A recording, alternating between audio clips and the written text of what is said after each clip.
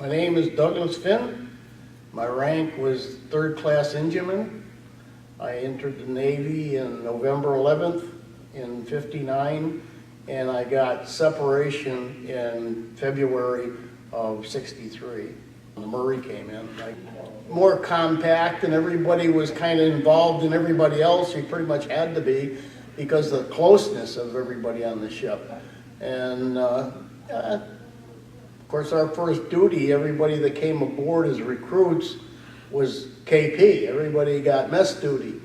And I got put in the scullery, and so that was my first duty on the ship, and you got put in that until somebody new came aboard to relieve you. So that was dishwashing and cleaning up, garbage duty. Well, I didn't know what I was going to do. I thought I was going into the electrical department, but evidently while I was on KP, I didn't hit well with some of the electricians on board, so they had gone to the officer and asked not to send me there because they knew I was electrical striker. But so I didn't know what I was going to do. When I got relieved off mess duty, I was brought up to Hawkins, who was the engineering officer, and sat down with him. He says, well, now that you're all set, you're in engineering, what would you like to do? I said, well, I thought I was going to be an electrician.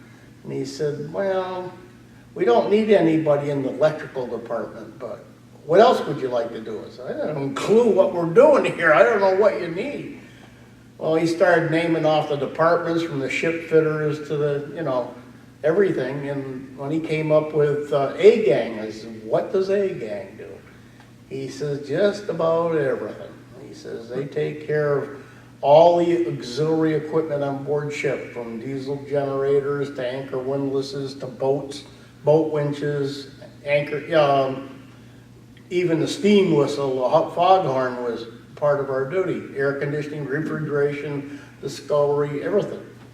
And I says, I like that. It's diversified, and I like diversity. I says, I think I like that. So that's where I ended up, was in the A-gang. I liked the top bunk, so I was always in the top bunk, stepping on everybody else to get there. Definitely cramped. You were in a stack of 4 bunks, but I know when I first got on board, I was in the bottom bunk, and underneath the bottom bunk was our lockers. So you were always getting lifted up if you're in your bunk during the day or whatever. Somebody's picking you up to get at their locker, and I said, well, I don't like that one too much. But I ended up, most of my time was spent in the top bunk. You had to open the top. It was the top door on the locker, foot lockers, and they were all part of the ship, if you will. They weren't movable or anything. And the bottom bunk was only about 6 inches above the locker. So if somebody was in that bunk, you had to pick it up. And during the day, the bunks got folded up against the bulkhead, and when nobody was in them. The machinist compartment, never had any fights that I know of. I've probably gotten more arguments or discussions on board ship than a lot of people did.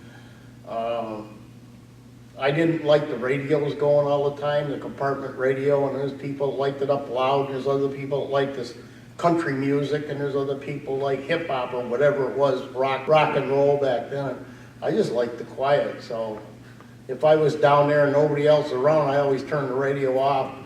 Somebody else would have to turn it back on. And that's the only complaint I can think of, except in hot weather. It was pretty warm down there. We didn't have air conditioning or anything like that. We're lucky to have air at all, but the ventilation systems were powered anyway, so whether you were moving or not, you still had it.